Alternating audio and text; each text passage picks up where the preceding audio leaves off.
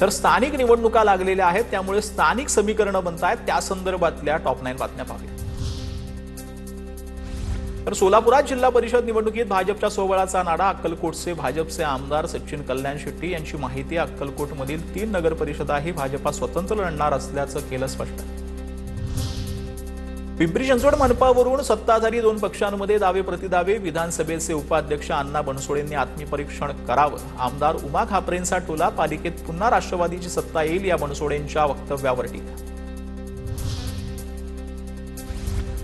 विधानसभेचे उपाध्यक्ष अण्णा बनसोडेंनी आत्मपरीक्षण करावं. अण्णा बनसोडेंच्या वक्तव्यानंतर आमदार टोला लगावलेला आहे. पिंपरी चिंचवड पालिकेत पुन्हा राष्ट्रवादीची सत्ता येईल असा विश्वास अण्णा बनसोडेंनी व्यक्त केलेला होता. भंडारा गोंदियात कोणतीही युती होणार नाही. भाजपा सोबळावर लढणार. आगामी निवडणुकांसंदर्भात आमदार परिणय फुकेंकडून सोबळाचा नारा देण्यात आला. सिंधुदुर्गच्या सावंतवाडीत ठाकरेंच्या शिवसेनेला धक्का बसलेला आहे. ठाकरेंच्या शिवसेनेच्या पदाधिकाऱ्यांचा भाजपात प्रवेश झाला. भाजपा नेते विशाल परब यांच्या उपस्थितीत हा पक्ष प्रवेश पार पडला. वेंगुर्ला तालुक्यातील आडेली जिल्हा परिषद गटामध्ये ठाकरेंच्या शिवसेनेला खिंडार पडलेला आहे. धाबोली सरपंच, वायंगणी सरपंच यांच्यासह अनेक पदाधिकाऱ्यांचा पालकमंत्री नितेश राणेंच्या उपस्थितीत भाजपात पक्षप्रवेश पार पडला. धाराशिवमध्ये भाजपच्या 29 कार्यकर्त्यांचा ठाकरेंच्या शिवसेनेत प्रवेश झाला. आगामी निवडणुकांच्या पार्श्वभूमीवर कार्यकर्त्यांचा पक्षप्रवेश झालेला आहे. उमराजे निंबाळकर, कैलास पाटलांच्या उपस्थितीत हा पक्षप्रवेश सोहळा पार पडला. कराडच्या घोगावमधील उद्योजक मोहनराव नायकवाडी यांच्या अजित पवारांच्या राष्ट्रवादीत प्रवेश झालेला आहे. खासदार नितीन पाटील आणि उदयसिंह पाटील उंडाळकरांच्या उपस्थितीमध्ये हा पक्षप्रवेश सोहळा पार पडला.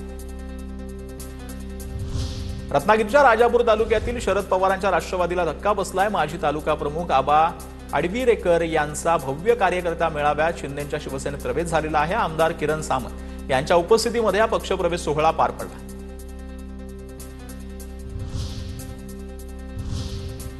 आता दिवसभरातील महत्त्वाच्या टॉप 9. मुरलीधर मोहोळ आणि चंद्रकांत पाटलांची बंद दाराआड चर्चा. धंगेकरांनी केलेल्या आरोपांच्या पार्श्वभूमीवर दोघांमध्ये चर्चा. पुण्यात बाणेर येथे बंद दाराआड चर्चा झाल्याची माहिती. महाराष्ट्र भाजपच्या प्रदेश मुख्यालयाचं उद्या भूमिपूजन. केंद्रीय गृहमंत्री अमित शहांच्या हस्ते उद्या भूमिपूजन होणार. दुपारी 12 वाजता भूमिपूजन कार्यक्रमाचं आयोजन. 21 ऑक्टोबरला पवारांच्या राष्ट्रवादीचे माजी आमदार राजीव देशमुख यांचं हृदयविकाराच्या तीव्र झटक्यानं निधन. राज्यसभेचे खासदार उज्ज्वल निकम यांनी स्वर्गीय माजी आमदार राजीव देशमुख यांच्या परिवाराची भेट घेतली. महाराष्ट्र भाजपच्या प्रदेश मुख्यालयाचे उद्या केंद्रीय गृहमंत्री अमित शहांच्या हस्ते दुपारी 12 वाजता भूमिपूजन. मुख्यमंत्री देवेंद्र फडणवीस, प्रदेशाध्यक्ष रवींद्र चव्हाणांसह इतर महत्त्वाचे नेते उपस्थित राहणार. चर्चगेट परिसरात बांधलं जाणार भाजपचं नवं प्रदेश मुख्यालय. शिक्षक पदभरतीसाठी शालेय शिक्षण विभागाचे निर्देश. पवित्र पोर्टलच्या माध्यमातून शिक्षक भरती करता येणार.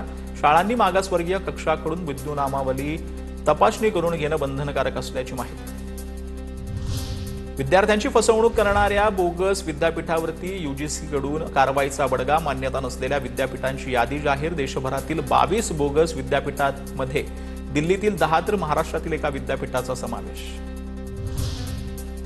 मुख्यमंत्री माझी शाळा सुंदर शाळा अभियानाच्या 3ऱ्या टप्प्याला 3 नोव्हेंबरपासून सुरुवात होणार. शैक्षणिक गुणवत्तेसोबतच पर्यावरण जागृती आणि उपक्रमांना विशेष प्राधान्य देण्याचा निर्णय. कार्तिकी वारीनिमित्त आजपासून विठ्ठल रुक्मिणीमाईचं मंदिर 24 तास खुलं राहणार. सर्व भाविकांना दर्शन मिळावं यासाठी मंदिर प्रशासनाकडून व्हीआयपी दर्शन बंद. 2 नोव्हेंबरला कार्तिकी यात्रेचा मुख्य सोहळा पार पडणार.